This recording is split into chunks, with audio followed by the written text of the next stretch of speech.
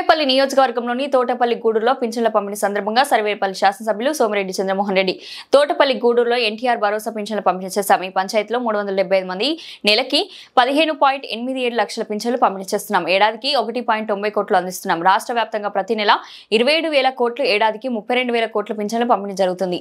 దేశంలోనే ఇది అత్యధికం. 8,000 కోట్లు ఖర్చు పెడుతున్న తెలంగాణ రెండో స్థానంలో ఉంది. ఆ రాష్ట్రంలో పింఛన్ 2016 మాత్రమే.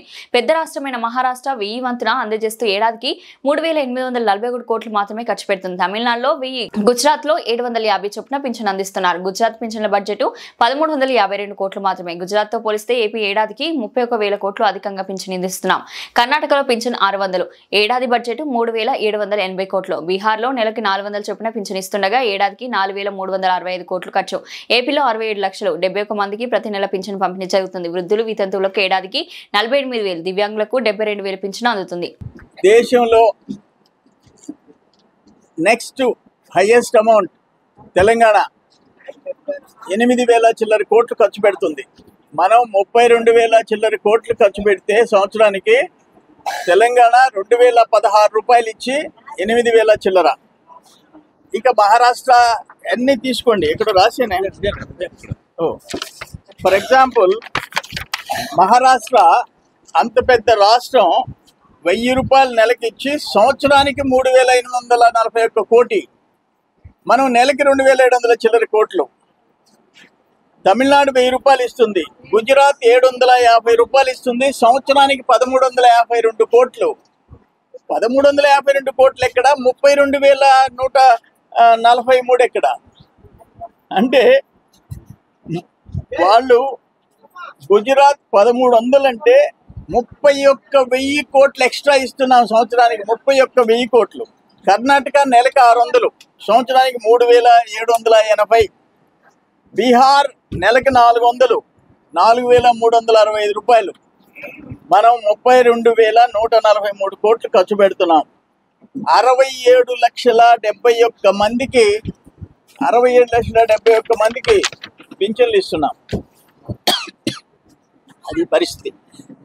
అందుకని ఏంటంటే మనకి నెలకి 4,000 ఇస్తే సంవత్సరానికి 48,000, 6,000 ఇచ్చేవాళ్ళకి 72,000, 15,000 ఇచ్చేవాళ్ళకి ఒక ఉద్యోగాలు చేసే అంత సంవత్సరానికి 1,80,000. ఎక్కడ నోవేర్ ఇన్ ఇండియా. దాన్ని దాన్ని కూడా ఆయనకి సాక్షికి జగన్మోహన్ రెడ్డికి కళ్ళు కనపడవు ఇటువంటి. ఇప్పుడు అంతెందుకు, ఇక్కడ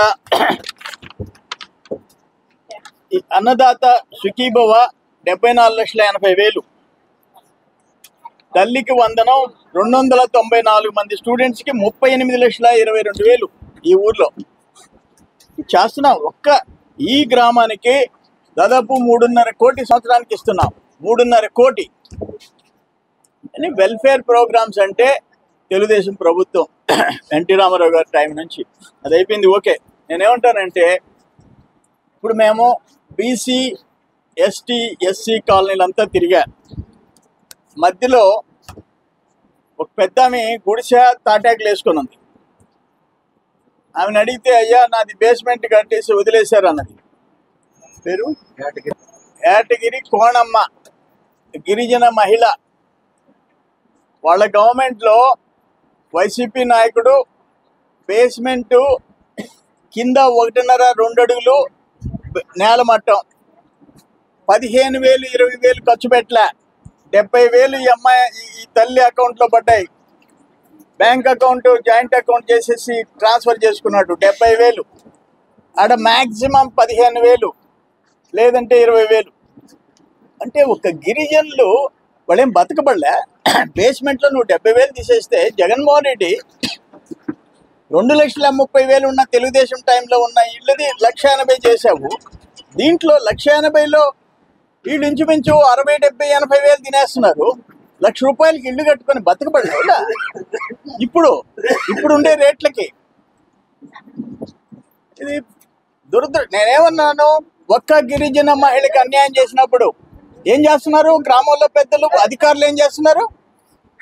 national SC commission, ST commission complaint చేయాలా? డబ్బు కట్టించాలా? తమాషాలా ఇది? నేను అందుకే చెప్పా, తహసీల్దార్, ఎంపీడీఓ, పోలీస్ అందరు కలిసి యాక్షన్ తీసుకోండి. ఆ డబ్బు ముక్కిపిండి వసూలు చేసి ఆ బేస్మెంట్ రెక్టిఫై చేయించండి, లేకపోతే వేసి బొక్కలో వేయండి. ఎవడైతే ఏమి అంటే పేదోళ్ళ పక్కా ఇళ్లలో కూడా గిరిజనులు హరిజనులు అంటే లెక్కలేదా? ఇది కరెక్ట్ కాదు. ఇప్పుడు మళ్ళీ మేము చంద్రబాబు నాయుడు గారు వచ్చి గిరిజనులకి 75,000 పెంచాడు, 2,55,000 చేశాడు.